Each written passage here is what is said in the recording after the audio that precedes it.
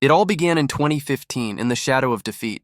Canelo had just endured the first loss of his career to Floyd "Money" Mayweather, a humbling experience that would forge his fire rather than extinguish it.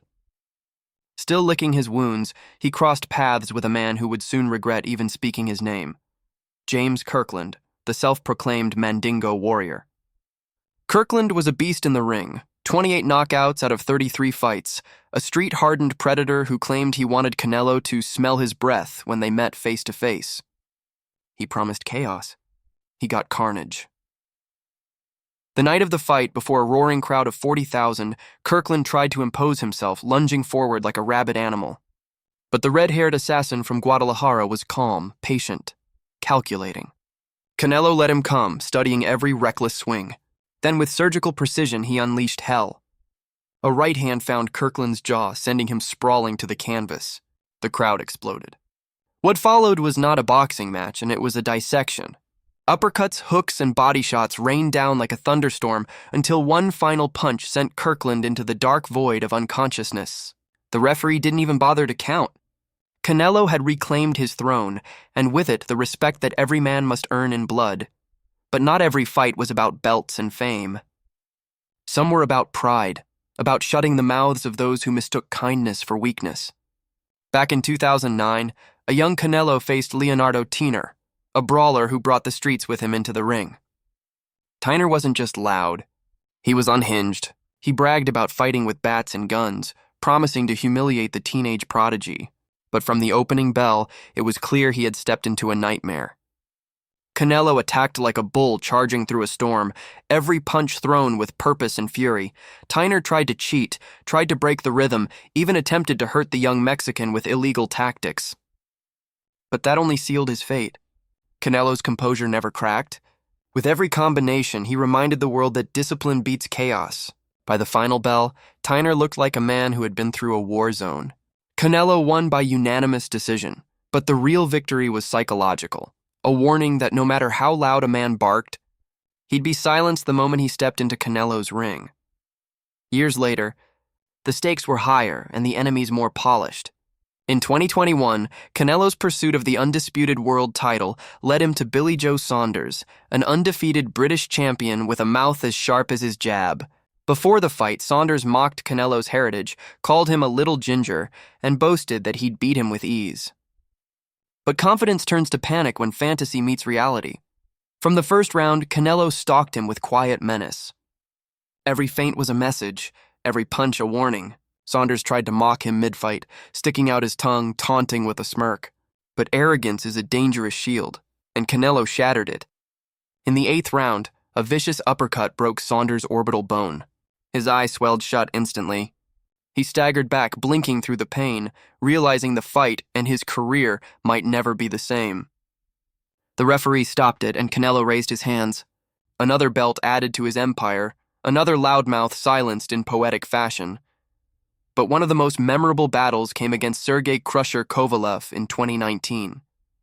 The Russian giant, a light heavyweight legend, looked down at Canelo both literally and figuratively.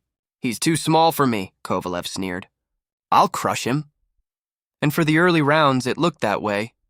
The Russian used his reach to keep Canelo at bay, peppering him with jabs, dictating the pace.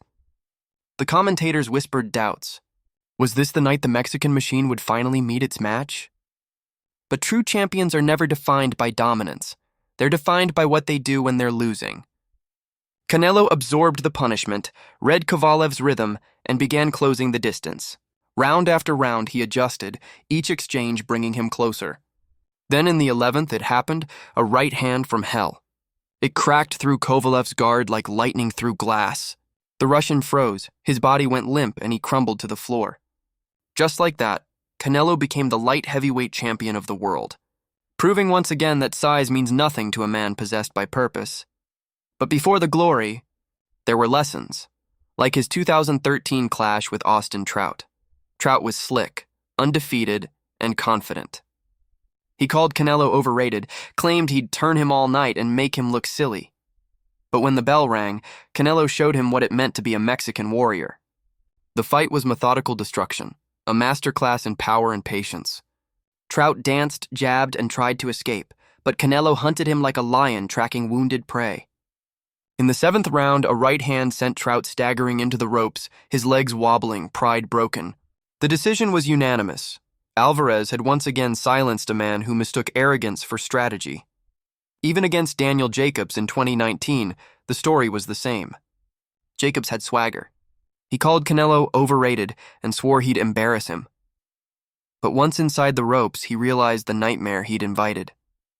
Canelo's head movement was otherworldly, his counters so fast they seemed supernatural.